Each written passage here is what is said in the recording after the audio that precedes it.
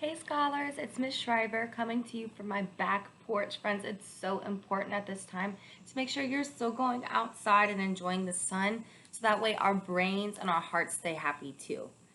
So before I start our read aloud, I want to give a shout out to my girlfriend Peyton who commented on 3 of my videos yesterday. Say, whoa. And that way I knew that she was watching and I got to hear from one of my kiddos and I loved it. Another friend that I want to shout out is Miss Hoskins. Miss Hoskins also has her own YouTube channel, and I'll put a link to her YouTube channel in the description in this video. It should be right down there. Now, friends, this morning we're going to read the story called Wimberly Worried.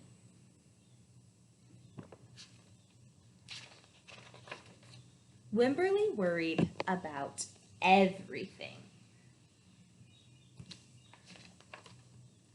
Big things, little things, and things in between. Wimberly worried in the morning, she worried at night, she worried all throughout the day. You worry too much, said her mother. You worry, I worry, said her father. Worry, worry, worry, said her grandmother. Just too much worry.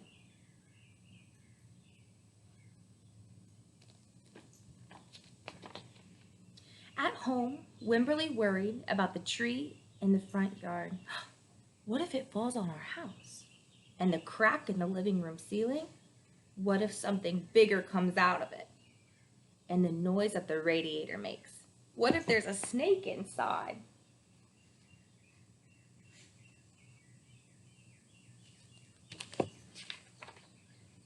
At the playground, Wimberly worried about the chains on the swings and the bolts on the slide and the bars on the jungle gym.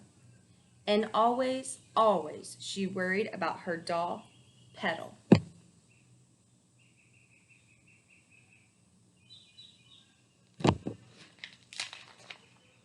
Don't worry, said her mother. Don't worry, said her father.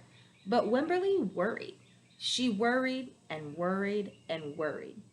When Wimberly was especially worried, she rubbed Petal's ears. Wimberly worried that if she didn't stop worrying, Petal would have no ears left at all.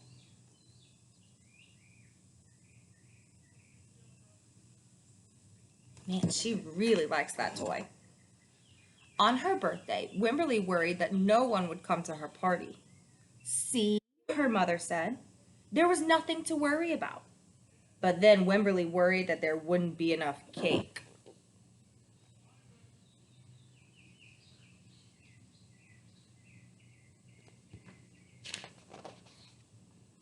You worry too much, said her mother. When you worry, I worry, said her father. Worry, worry, worry, said her grandmother. Too much worry.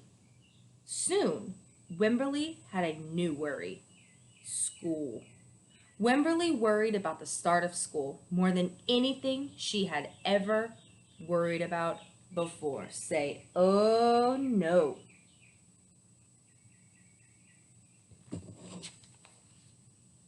By the time the first day arrived, Wimberly had a long list of worries.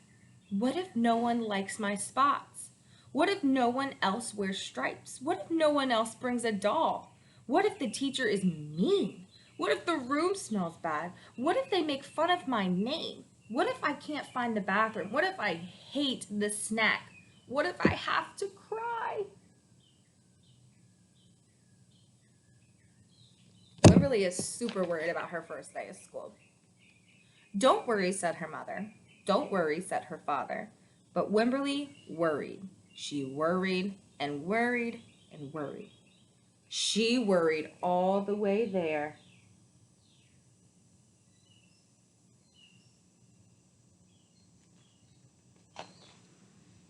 While Wimberly's parents talked to the teacher, Miss Peachum, Wimberly looked around the room. Then Miss Peachum said, Wimberly, there was someone I think that you should meet. Her name was Jewel. She was standing by herself, she was wearing stripes, and she was holding a doll.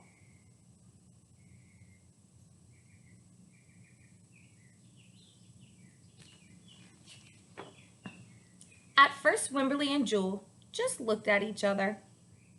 "This is Petal," said Wimberly. "This is Niblet," said Jewel. Petal waved. Niblet waved back. "Hi," said Petal. "Hi," said Niblet. "I rub her ears," said Wimberly. "I rub her nose," said Jewel.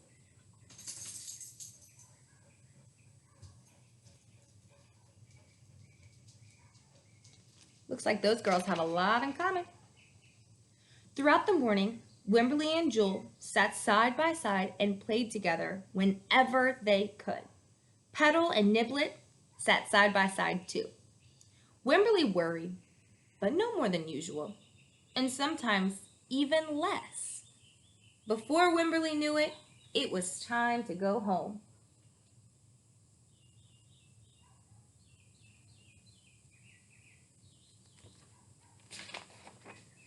"Come back tomorrow," called Miss Peachum, and the students walked out the door. Wimberly turned and smiled and said, "I will. Don't worry."